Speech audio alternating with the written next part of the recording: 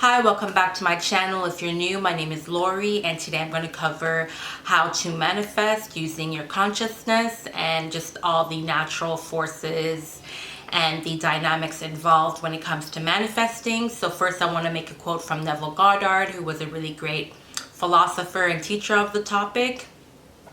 This is from The Power of Awareness. It says, "The light is consciousness, and consciousness is one, manifesting in legions of forms or levels of consciousness." Another quote from Sound Investment says, "All things when they are admitted are made manifest by the light, and all things when they are admitted are light." And the word light is meant consciousness. For all things when they are admitted are made manifest, but unless they are admitted. All right, so but what I'm going to talk about is the light. So the light is meant consciousness. So we are conscious beings, the only difference is that we have a level of thought to our consciousness, and that thought would be the things that we can control when it comes to our mind. And when we have a thought about any particular thing, that thought is being admitted. And there's unlimited possible things that we can possibly think about. And so if we have a thought about anything, a particular thing, then that means that we are giving that our consciousness, we're giving it our energy, and automatically that particular thought now starts to become a real actual thing. When we have a thought and when we have a belief, no matter what it is, and we constantly repeat this in our mind and we infuse it with our feelings, what happens is that gives off a particular frequency, and that frequency is then broadcast, right? And the more we think it, the more it gains more energy and more momentum. And the more momentum that it gains, it becomes less like of a wave frequency, and it becomes more like of a particle of light, like sunlight. Like anything that has more, the level of the frequency starts to increase. It becomes higher and higher and higher, like as if like the more you repeat it, it becomes like louder and louder and louder. So it starts to collapse into a real particle of light instead of just like a wave like it just becomes more condensed in a way. So the more you repeat this by repetition, it increases the frequency, and therefore it reaches like that light. This light is like incoming, right? And that light, because the frequency of the incoming light wave reaches at or near energy levels of the electron field of all possibilities of matter. Therefore, because it's beginning to like gain so much energy and so much momentum, and the energy level is rising, it's rising to the point that it's near or at the energy levels of the electron field of matter. So the electron field of matter is like this field of energy that underlines all physical reality, all physical things, all atoms, all matter. They have an energy frequency at its core. The atom is not the final thing. There's actually electrons, that spin like around the nucleus, like the center, and that's the electron field. It's like a wave, right, of like of energy, and it exists in a superposition of any possible thing that you could possibly think of.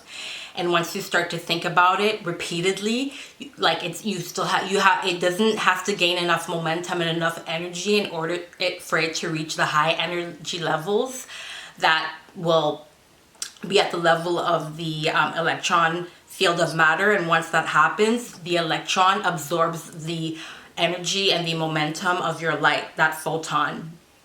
And then once that happens, it absorbs the energy, right? And like anything you could possibly think of and desire, all the calculations and all the like ways and means for it to become a real thing has already been pre-calculated. So what happens is at any point in time, once you start to imagine or put out any thought or idea, the ways and means for it to happen, it's already there. You just don't know what it is, but it's there. So when the electron absorbs your light, your consciousness, it takes all that information with it and it starts to execute it. So the electron is like what the number of electrons, and the electrons itself determines what the atom is. If it's like a carbon atom, if it's like a gold, silver, any of the many elements. So we're saying that this electron now absorbs this and it will start to influence basically everything on the outside. Like anything that you can think of, like anything on the outside in the objective world, it will absorb this information and it will start to influence you, your body, your thoughts, your just anything, right? Like people, inanimate objects, everything, in order for you to experience this idea in objective form. So then the big thing that needs to be done is you need to make sure that whatever desire, whatever idea, or whatever it is that you want is your main focus of attention, the thing that you give the most attention to, especially like feeling wise and thought wise. Because it's a scientific fact that we emit an electromagnetic field through our heart. And what happens is when we have a thought, there's like a psychological reaction that automatically, naturally happens, where we have it produces a feeling within us, and then that feeling gets emitted out of us as an emotion, and that's the electromagnetic wave, which is a part of the spectrum of light. And so that's what starts, once you start to think it more and more, it gains more energy, and it becomes more higher. It gains a more higher amount of energy, and then that's the level that at that point, then that's when the electron basically absorbs that information. And so what happens is you just need to make sure that you keep it up, right? Persist no matter what is happening on the outside, and just try and match the frequency of the thing that you want, through affirmations. There's various techniques that you can do. So what is happening here is a natural force of energy at work that exists throughout all nature. The electromagnetic field is interacting with the electron field at the quantum level. So this is the quantum field that quantum physics refers to when they talk about the quantum field theory. And so this type of interaction happens even on the classical level, right? Like when we have light and matter interacting with one another.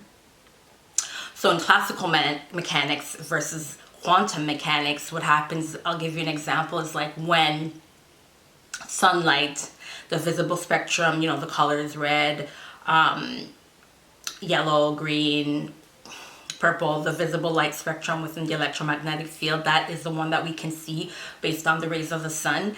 And then what happens is it hits a form of matter, which is water, right? Like the ocean. And so what happens is some of the rays gets absorbed into the water. So the water is absorbing that information, but then it doesn't absorb the blue color from the light. And that's the light that gets reflected, and that's why the ocean is blue. And also another example is when in plants, right? When the sun goes through the soil and the seed is there, it absorbs the rays of the sun, and then the seed draws to itself all the things that it needs in order to become objectified as whatever, an apple tree, weeds, anything, right? Good and bad, any type of seed, it will grow it. You water it, you maintain it, but it will grow. So it's the same type of dynamics happening in classical mechanics as quantum mechanics.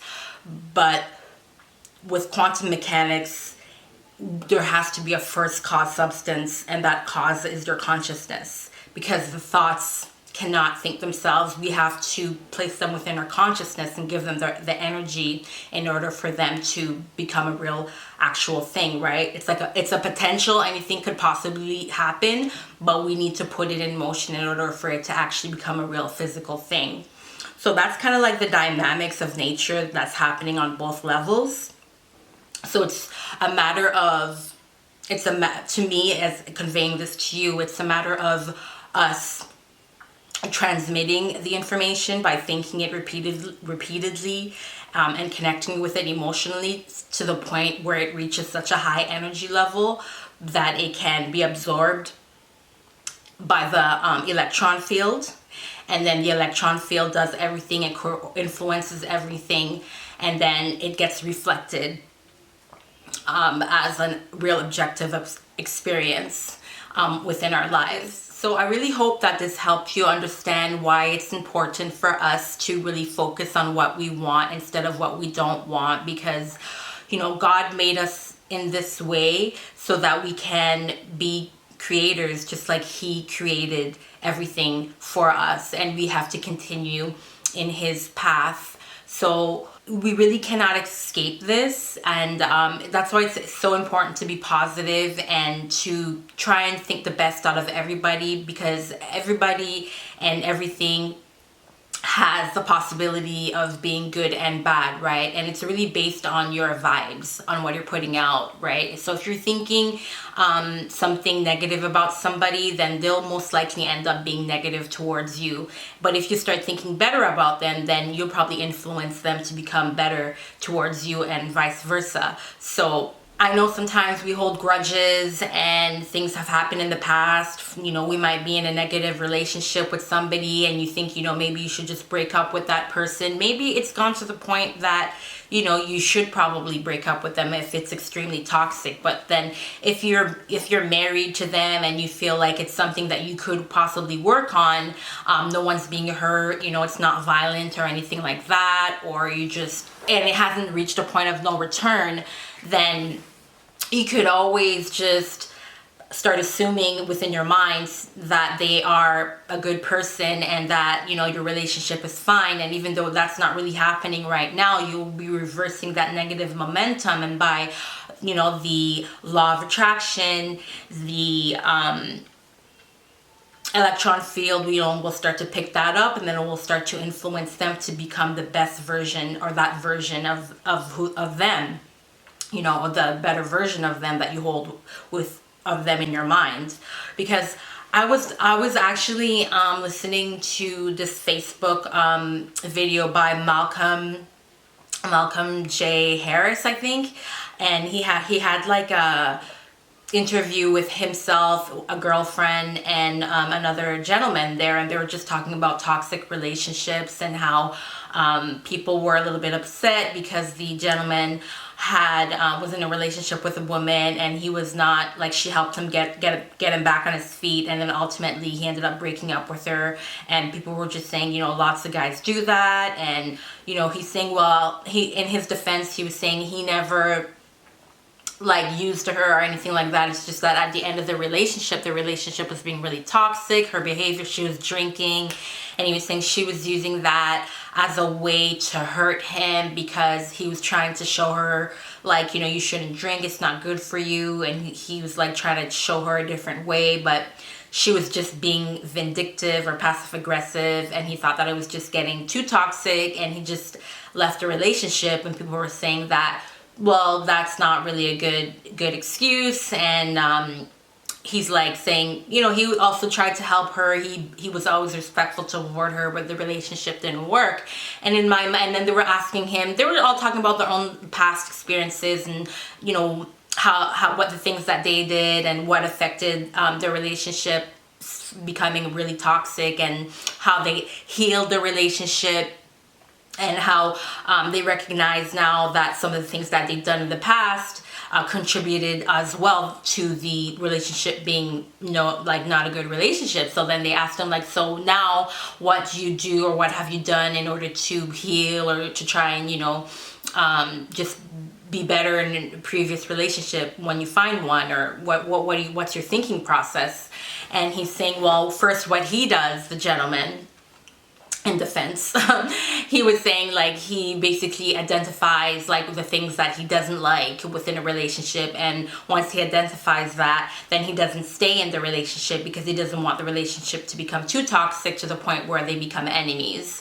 So and that's it. And he was still single at this time. So then they were saying, okay, so that's what he does, because he just doesn't want to be in a toxic relationship. So he's able to identify what he doesn't want.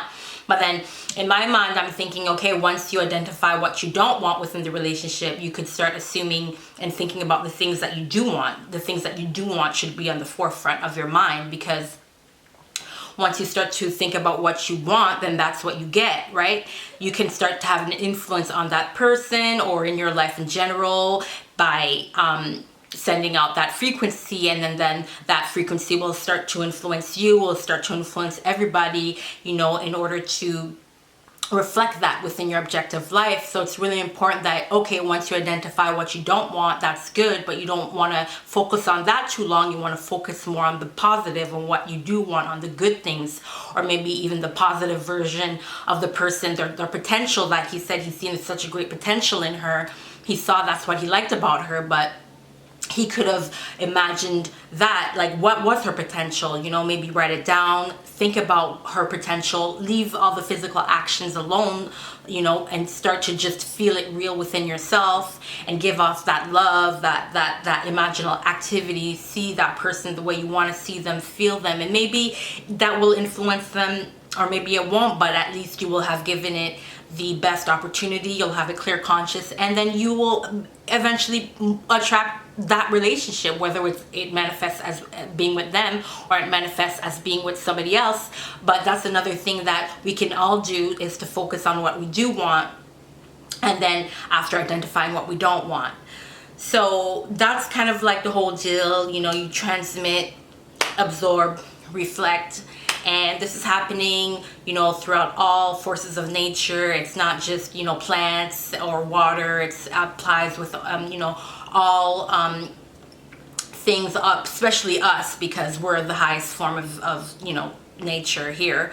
So it's very important that we take matters into our hands and become responsible creators, so that we can manifest heaven on earth. So definitely, I'm going to leave it at that. I will be rolling out some more insightful videos for everybody. If you like this video, please hit the like button down below and subscribe to my channel. Hit the notification bell so you'll be notified whenever I upload a new video. And alright guys, start, you know, manifesting, start feeling it real, and don't ever give up no matter what. Alright, so I'll see you in the next one. Take care.